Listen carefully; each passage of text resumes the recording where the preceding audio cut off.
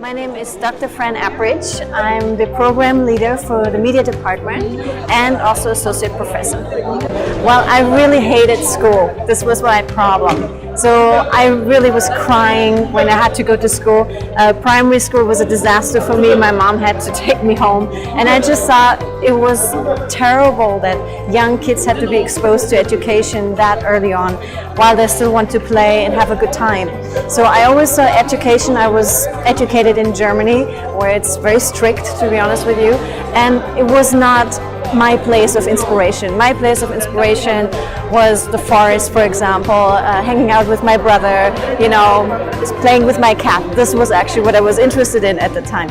So then later on, while I was at school, I thought, okay, maybe this could be a journey for me to become a better person, and I was open to knowledge and I wanted to gain some more knowledge, and I was lucky enough to meet some wonderful teachers who really inspired me and became mentors, and who said to me, whatever you want to do, you're free to do so. And I think that's very important in education, to give our students some freedom and then actually take that freedom and turn it into academic progress.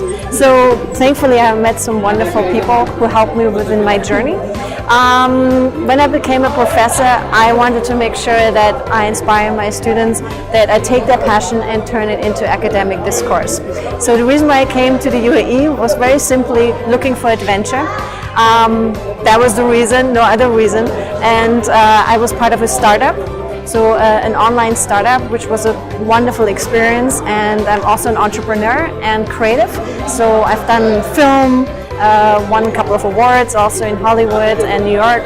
So that was my journey, and then, you know, the UAE was a natural step.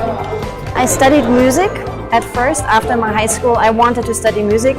Everybody in my family are doctors, medical doctors.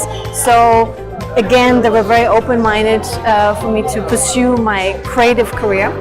As a musician, you don't earn much money, let's be honest. But again, I was lucky to meet the right people and actually could do some writing for some famous artists.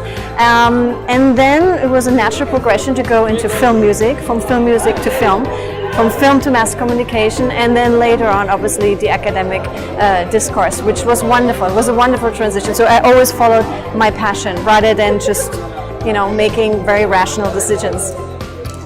The new media is so popular with our youngsters and our students, so we have to integrate it. Again, since I hated school because it was really outdated, I want to make sure I bring innovation to the classroom, and that's exactly what we're doing. Actually, we're using a lot of audiovisual material because that's actually when you get people excited. Rather than a book where before they even start getting excited about something, they are absolutely lost. You know, academic writing is also very difficult, very challenging. So what's nice is very simply, you can just show them a film or short clip, and actually they will understand far more than just handing them a book and hoping that they will read it. My advice for everybody, also to enter academics or academia in general, is follow your passion. Because only if you have that passion will you be able to also do the academic discourse. That means writing journals, that means, you know, research. But you need to kind of feel strongly about it. Research is very time consuming. You need to love what you're doing. You need to be truly in-depth interested in the subject. If you're not, you will lose interest and you will fail. It's as simple as that. So start with your passion, follow your passion, and then actually get into research. And then make sure that also the research informs your creative practice as well. I actually think also artificial intelligence, robotics, all of these things, actually we take our students to field trips to also meet robots, to actually hands-on and take selfies with them and make sure that they're introduced to all of these possibilities. For me, all of this technology are just new gadgets. At the end of the day, communication is the transmission of information from one to the other.